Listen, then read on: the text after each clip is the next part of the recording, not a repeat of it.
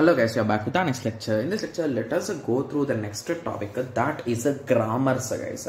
Okay, so in the last lecture we discussed about lexical analyzer, right? Yes, and to be clear, we have discussed all the type 4 grammars, type 0, type 1, type 2 and type 3 grammars in TOC, right? So that is the reason why I am not going to repeat all those grammars again. I will be concentrating only on our compiler friendly grammar, that is a CFG, that is a type 2 grammar, guys. Okay, so to be clear, let me revise what is a grammar. So basically in English we are having a multiple grammar, we have grammar, right? Yes. So in the same way, when we are working with the compiler also, whenever we are writing any kind of statements, so all of them should also follow some grammar, right? Yes. So that is nothing but a grammar in compiler. Okay, yes. So that grammar will be in this form, guys. Okay, yes. And these all are called as a productions, guys. Okay, so just give me a second, guys. I'll be taking some papers so that we can solve it. Okay, so I have just took a small piece of paper, guys. So let me explain it to you. Okay, yes. So when we are working with the grammar, okay, so assume that this is the grammar, guys. So the grammar will look in this way. Okay, so something will imply something. So yes implies AB. So in this way they will be represented. Okay, yes. Okay, so basically what this thing says, so if yes, so yes is nothing but the start symbol here, guys. So if yes is available, I can generate from yes, I can generate a and B. Okay, so if A is available, I can generate a. If a B is available, I'm having two options here. Either I can generate a B, either I can generate a C. Okay, yes. So using this particular grammar, I can generate these two things, right? So either I can generate AB or either I can generate AC. So basically this we call it as a language, guys. So this grammar is having a capability of generating this language, right? Yes. So how did I decide that it is going to generate only this language? By drawing some graphs, right? Yes. So basically these rules are called as a production rules. Okay. So these are production rules. Okay, and these you can call it as a trees, guys. They are popularly called as a parse trees. Okay, yes. Okay, yes. So let us try to analyze these things further. Okay, yes. So basically if you observe these statements, few things are used to generate some other things, right? So the things which are used to generate are always written in capital letters and they are called as a non-terminals, guys. So it is not the end. When it comes to small letters, these are the end, right? So they cannot generate anything. So they are called as a terminals. Okay, and this is the start symbol. So any kind of a grammar is going to have 4 tuples, guys. So the first tuple is a VN, capital V, small capital N. So this is nothing but a non-terminals, guys. So in our question, what are non-terminals? S is a non-terminal, A is a non-terminal, B is a non-terminal. So this is a one set. Similarly, the second variable in our 4 tuples is a sigma. So sigma indicates the non-terminals. So basically it is the set of A, B and C. The next thing is P, that is nothing but production. So all our 3 productions will come here. So they are nothing but S implies AB, comma, A implies a small a, comma, capital B implies a small b or small c. Yes, yes. So this is the third tuple. Yes, so the 4th tuple is nothing but the start symbol. So in our question, yes is the start symbol, so yes will be it. So this is the tuple representation for our particular grammar. Got it? Yes. Okay. So now your question will be, okay, so we understood everything. This is really easy, right? Yes. Okay. So based on some rules, this grammar will have some restrictions, guys. I don't want to say those restrictions now because it might lead to a confusion. Okay. Yes. So whenever we are working in compiler designing, we always love or we always like type 2 grammar, guys. Type 2, or you can also call it as a context free grammar. Okay, so now your question, okay, so we understood that. Then what is the rule with respect to this context free? So the rule with respect to this context free is if we are having alpha implies a beta, alpha should belong to Vn. So means in alpha we can have only capital letters and this alpha length should be exactly equal to 1. So it cannot be greater than 1. So basically capital A, small a implies small b. This is not allowed. Or capital A, capital B implies a small c. This is also not allowed, right? Yes. And when it comes to the second rule, beta could be anything, guys. So beta belongs to sigma union Vn whole star. So how many times you want, you can keep any kind of thing in terms of beta. Got it? Yes. So this is all the explanation with respect to type 2 grammar, guys. I introduced what is grammar and what is the rule with respect to type 2. So in the same way, we are having some rule for type 1 and similarly a rule for type 3. Got it? Yes. So if you want that information, you can watch the TOC lecture. Okay? Yes. Okay. Okay. So now you understood at least some basic idea you got, right? Yes. Okay. So now let us go through few things. Okay. So basically here, when I am working with this particular grammar, I drew some trees, right? Yes. So these are nothing but a parse trees, guys. Okay, or you can say that this process of following this is called as a derivation. So what is a derivation means? So from a start symbol, if you are deriving some string, so that is a nothing but a derivation, guys. So that is the reason why these trees are called as a derivation trees also, or syntax tree or parse tree. So these three terms you can use interrelatively. Okay, yes. And these parse trees can also be designed in two different ways, guys. Okay, so the first way is nothing but leftmost derivation. The second way is rightmost derivation. So the final results might look alike, but they are different, guys. So let us draw the same diagram. So S implies a capital A, capital B, A implies a small a, B implies a B or C. Okay, so now let us start solving it. So once let us assume I am using leftmost derivation here. Okay, so when I am using a leftmost derivation, what I do here is, so I concentrate more on left side, guys. So once I am having yes, so what is the possibility of yes? It might be A and B. So now I will concentrate mostly on left. So what is on my leftmost side? A. So what I will convert this A to small a. So now what is on my left side? Small a. So I cannot expand this small a anymore. So now I'll move on to the next possible leftmost. So this is the left possible most. It becomes a B. Got it? Yes. So how I executed, guys? So this I expanded first. Then I expanded this. Then I expanded this.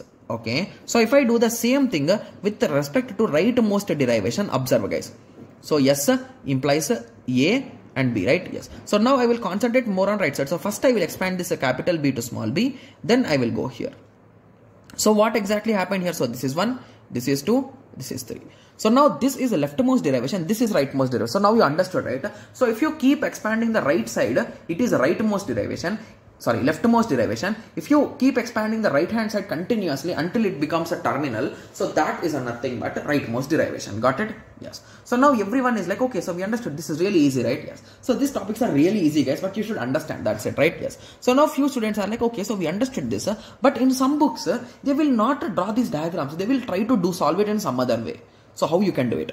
So just the same this, you can write it in terms of steps also, guys. So what is the step 1? In step 1, I'm having yes. So in step 2, that yes became A plus B. How it happened? So by using yes implies A, B, right? AB, right? So it's not A plus B, it is AB. Okay. Yes. So now the next step A, I am going to, so I'm using leftmost. So in place of A, I will write small a, and here I will write capital B. So what happened here? So I have replaced capital A with small a. So in the next step, I am going to replace this capital B with small b. So assume that this C is not there, guys, for this example. So it becomes a B. So now instead of B, I am going to replace B. Got it? Yes. So what is the same thing with respect to rightmost derivation? So first S will be converted to AB using the same rule. S implies AB. And first here B I am going to convert into small b. Okay, so then I am going to convert capital A into small a. So now it becomes a AB. So anyway, we will be taking many examples based on this leftmost or rightmost derivations, guys. So you will get clarity on these things. Okay, so don't worry at all. Okay, yes. Okay, and to be clear, here we are having various intermediate steps, right? So to get this output, I passed from yes to capital A, capital B to small a, capital B in that way, right? Yes. So each of these things are called as a semantic forms. Syntactical forms. Okay. Yes. Okay. So now I hope everyone got at least some basic idea with respect to this terminology, right? Yes. So now let us go through few more terminology. Okay. Yes. So when we are discussing about TOC, I told you that there are few properties about ambiguity, right? Yes. So in simple words, ambiguity means, so for generating a particular thing, we are going to have multiple ways to generate, guys. Okay, so I think if we give more idea, if with example, you will get more idea, right? So just to give me a second, I'll be taking an ambiguity example.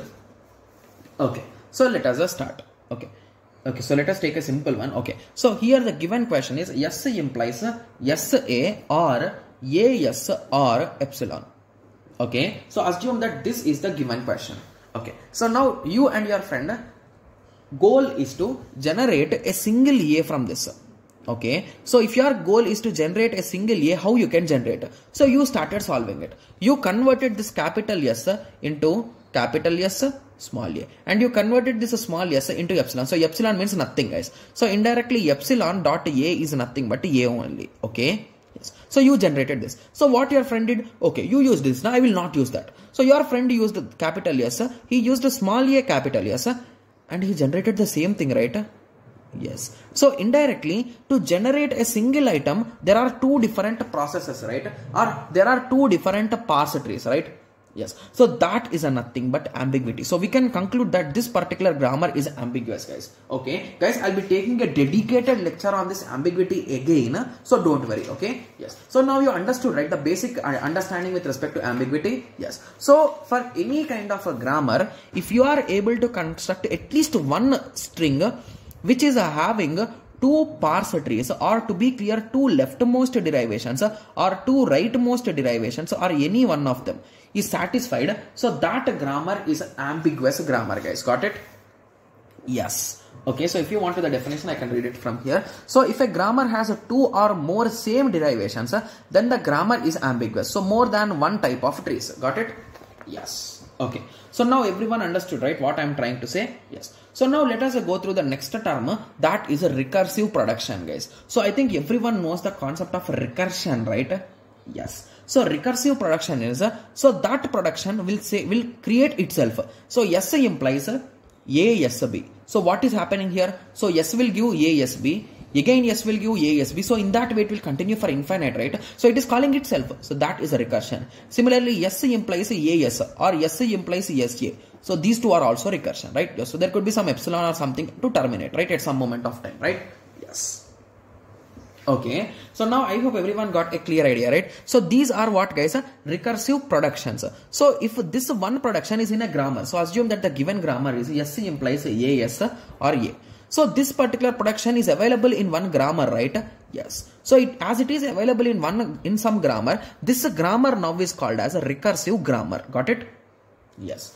And to be clear, whenever we are working with recursion, there are multiple ways of recursion also. So there are two types of recursion majorly. So the first type of recursion is a left recursion, and the second type is nothing but right recursion. So left recursion means if we are having the recursion on the left side. So here we are having the recursion on the left side, right? So this is left recursion. And when it comes to right recursion, if we are having it on the right side, so S implies AS. So this is a right recursion. Got it? Yes. Okay. Okay, so now I hope everyone got a clear idea with respect to this left recursion and right recursion, right? Yes. So now you might be asking that, okay, so then what if we are having an equation in this way? So S implies SS. So it is having both left and right recursion, right? So you will just call it as recursion only, guys. There is no left right recursion or something, okay? Yes. And the other case could be there is no recursion at all. A implies a small a. B implies a small a. So here there is no recursion. So these three cases are having recursion. This is not having recursion. So now you might be asking me that, okay, so among these three types, which is good for compiler? So we cannot say which is good, but we can say which is not good, guys. So left recursion is not at all good for compiler, guys, because compiler is what, guys? It is nothing but a computer. So assume that our required string is, okay, so we wanted to print double A. Okay, so our grammar is S implies SA or A. Okay, so first I will start. So let us first do with the right recursion. So at that time you will understand. Okay, S implies AS. So this is right recursion, right? So right recursion. Okay, yes. So what I will I will start with S. I will generate AS, and once I got first A, I am going to cancel it. Okay, so now I will continue for one more A. So I can directly get from S, I can directly get A. I am going to get NA and I am going to strike it off. So indirectly I generated two A's using this particular method, right? Yes. So what did we do exactly here, guys? So using right recursion, we were able to design it really easily. But when it comes to left recursion, so here S implies SA. But if I want to cancel it here, I am having capital S, means I can expand it further. So now I am not going to cancel anything. So again I need to continue. So again I will continue. So indirectly I am going to go into an infinite loop if I am a computer, right? But as I am a human, I will see the left side or the right side. So I am going to see a here, I am going to cancel in the reverse way. So human can do this, but for computer it's a bit tough, right? Yes. And that is the main reason why we never give left recursion grammar to a compiler to run, guys. So that is the reason why now I hope everyone understood, right? So the next lecture will be how can you remove this left recursion? Got it? Yes. So I discussed many terminologies in this lecture, guys. The only reason why I have just gave you an introduction is because so in the next upcoming lectures, we'll be discussing about all these particular cases individually, guys. Okay? Yes. So in the next lecture, we'll be discussing how can we avoid left recursion. Okay, yes. So basically from the next lecture, we'll be discussing how we can make a good language or a good grammar for the compiler. So how we can make a compiler friendly grammar. Got it? Yes. So in the next lecture, we'll be discussing in detail about avoiding left recursion grammar. Okay. Yes. So how we can convert that left recursion to right recursion. So that is what we'll be discussing in the next lecture. Okay. Yes. So let us meet in the next lecture. Thank you. Thanks for watching. I hope everyone got a clear idea, right? Yes. Okay. So let us meet in the next lecture. Thank you. Thanks for watching. Like, share and subscribe for more awesome videos like this. Thank you.